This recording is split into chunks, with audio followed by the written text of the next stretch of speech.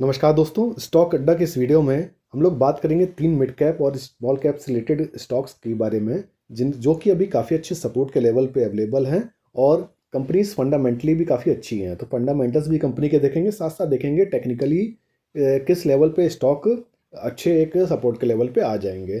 तो सबसे पहले अगर देखें निफ्टी फिफ्टी को, निफ्टी फिफ्टी में आज काफ़ी ज़्यादा गिरावट रही, 1.5% से ज़्यादा की गिरावट रही है। और वीकली अगर चार्ट देखेंगे निफ्टी फिफ्टी का, तो आप देखिए काफ़ी एक करेक्शन के अभी अवेलेबल मिल रहा है। और अगर ये अपना इमीडिएट सपोर्ट जो 23,500 का है वो तोड़ती है अगर निफ्टी, तो आप हो सकता है 23,000 या 22,500 तक भी निफ्टी गिर सकता है। तो इसके लिए आपको पहले से प्रिपेयर रहना पड़ेगा। और कोई भी स्टॉक अगर आप देखते हैं तो अगर मैं अपनी बताऊं तो कभी भी एक बार में स्टॉक बाय नहीं करना चाहिए, खासकर मिड कैप और स्मॉल कैप कंपनीज के बारे में। अगर मिड कैप अगर स्टॉक्स के बारे में देखेंगे तो आप देखिए काफ़ी एक बड़ी रैली रही, काफ़ी पहले कंसोलिडेशन रहा, उसके बाद रैली जब स्टार्ट हुई मिड कैप की तो काफ़ी ज़्यादा रही। तो मिड कैप और स्मॉल कैप कंपनीज में एक खास बात ये होती है कि निफ्टी से ज़्यादा जब बढ़ती है निफ्टी तो निफ्टी से ज़्यादा बढ़ते हैं, और जब गिरावट आती है तो निफ्टी से ज़्यादा गिरावट होती है। हालांकि अभी देखेंगे तो बहुत ज़्यादा गिरावट इसमें नहीं हुई है इंडेक्स में, और आगे चल के इसमें भी आप एक कंसोलिडेशन या गिरावट देख सकते हैं। लेकिन अच्छी जो फंडामेंटली स्ट्रॉन्ग कंपनीज हैं और अच्छे वैल्यूएशन पे अवेलेबल हैं, उन पे आप ज़रूर अपनी नज़र बना के चल सकते हैं, वॉच लिस्ट में रख सकते हैं। ऐसे कौन से स्टॉक्स हैं देखते हैं। तो पहला स्टॉक है इंडिया मार्ट इंटरमेज। काफ़ी बेहतरीन ये कंपनी है, फंडामेंटल्स भी इसके बताएंगे, लेकिन टेक्निकली देखिए स्टॉक जहाँ से लिस्ट हुआ था वहाँ से लगातार बढ़ा और 10 गुना रिटर्न इसने कुछ ही दिनों में अपने इन्वेस्टर्स को दे दिए थे।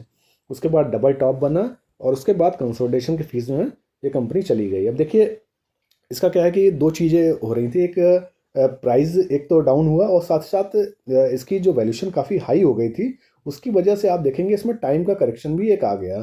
तो हाई वैल्यूशन को जस्टिफाई करने के लिए अब आप देखिए अगर इसका कंपनी करती क्या है, तो ये इंडिया की पहली सबसे बड़ी largest B2B digital market place वाली कंपनी है। और इसमें स्मॉल और मीडियम एंटरप्राइजेज होते हैं, काफ़ी ज़्यादा इसमें अपने सामानों को खरीदते और बेचते हैं।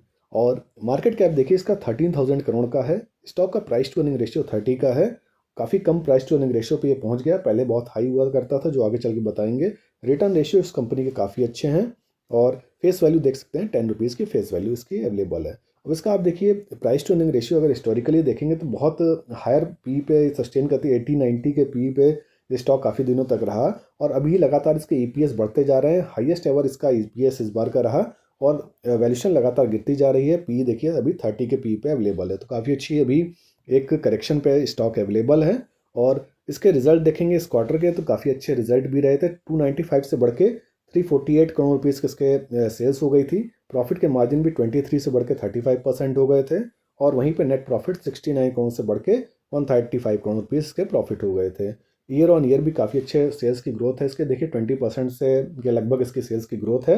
वहीं पे अगर देखेंगे प्रॉफिट थोड़ा वेरी करता रहता है, लेकिन काफ़ी अच्छे से प्रॉफिट आप देखेंगे लगातार बढ़ते ही जा रहे हैं और ऑल टाइम हाई के प्रॉफिट हैं।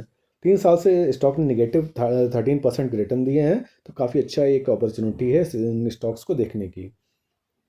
देखिए छोटी कंपनी है, इसकी बैलेंस शीट देखना काफ़ी ज़रूरी होता है।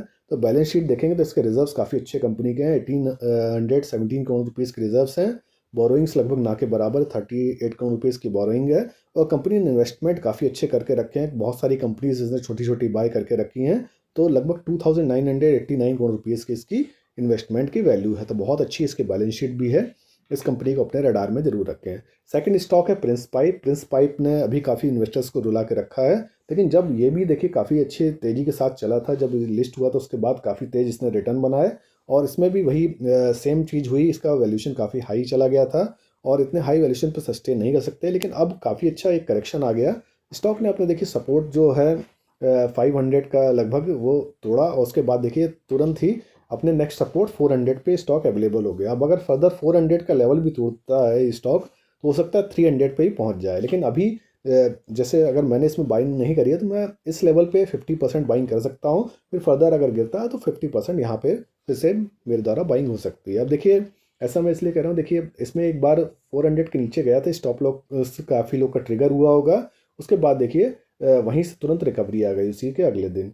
उसके बाद फिर से ये स्टॉक ऊपर गया। जिसको वेट करना है, अगर वेट करने का इंतजार करना है तो 425 के ऊपर बढ़ता है तो इसमें पोजीशन बनाई जा सकती है। अब इस कंपनी को देखेंगे तो ये कंपनी इंडिया में काफ़ी अच्छी काम कर दे रही है। और पीवीसी के अगर प्रोडक्ट देखेंगे पाइपिंग सॉल्यूशन में, तो इस उसमें कंपनी काफ़ी अच्छे से काम कर रही है और अपने पोर्टफोलियो धीरे धीरे ये बढ़ाती जा रही है। 4512 करोड़ रुपीज़ की मार्केट कैप है इसका, छोटी कंपनी है। स्टॉक का P34 का है और रिटर्न रेशियो देखें 14 और 11% के लगभग इसके रिटर्न रेशियो हैं।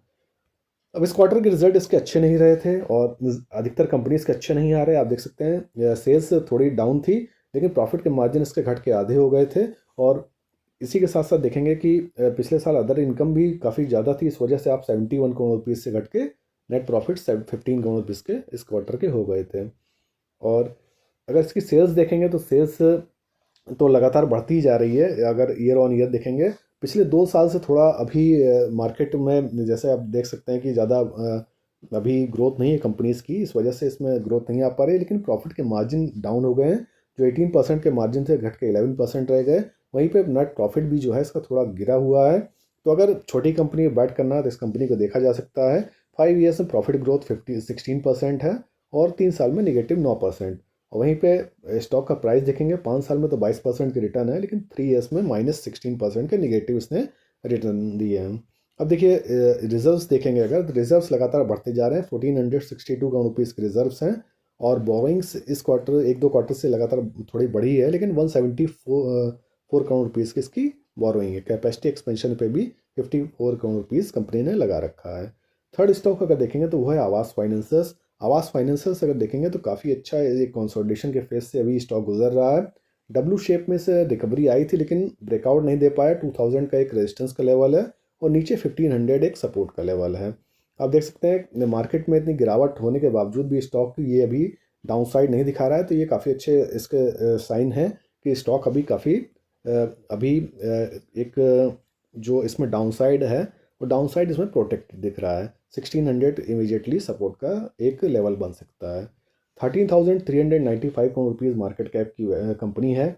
स्टॉक का प्राइस टू अर्निंग रेशियो 25 का है और प्राइस टू बुक रेशियो देखेंगे जैसे फाइनेंशियल स्टॉक्स के देखे जाते हैं, तो आप देखेंगे कि इसका 3 से थोड़ा ज़्यादा इसका प्राइस टू बुक रेशियो आ रहा है, जो कि कुछ दिन पहले 6 का हुआ करता था। तो इसका पी रेशियो अगर देखेंगे तो काफ़ी अच्छा, देखिए इसमें डाउनसाइड आया, जब लिस्ट हुआ था तो काफ़ी ज़्यादा पे था और अभी गिर के ये अपने काफ़ी अच्छे लेवल पे आ गया। लगातार आप देखेंगे ब्लू जो ईपीएस के बार हैं, ईपीएस लगातार इसका बढ़ता जा रहा है। तो काफ़ी अच्छा एक फेज़ होता है स्टॉक को धीरे धीरे एक्यूमुलेट करने का। और आप ये भी देख सकते हैं कि इस क्वार्टर के पिछले जो क्वार्टर आया था उसका रिजल्ट आप एनालाइज करेंगे तो इसके रिजल्ट आप बढ़ते हुए देखेंगे। और नेट प्रॉफिट भी आप देखेंगे हाईएस्ट एवर नेट प्रॉफिट इस क्वार्टर के इसके रहे थे। लॉन्ग टर्म में भी देखेंगे तो सेल्स लगातार इसकी बढ़ती जा रही है। 5 ईयर्स में 23% से सेल्स बढ़ी है। प्रॉफिट भी 5 ईयर्स में 23% से बढ़े हैं और 3 ईयर्स में 19%। वहीं पे स्टॉक का प्राइस 5 साल में -3% और 3 ईयर्स में -16% के निगेटिव रिटर्न है। तो काफ़ी अच्छे कंसोलिडेशन के फेज़ में है कंपनी।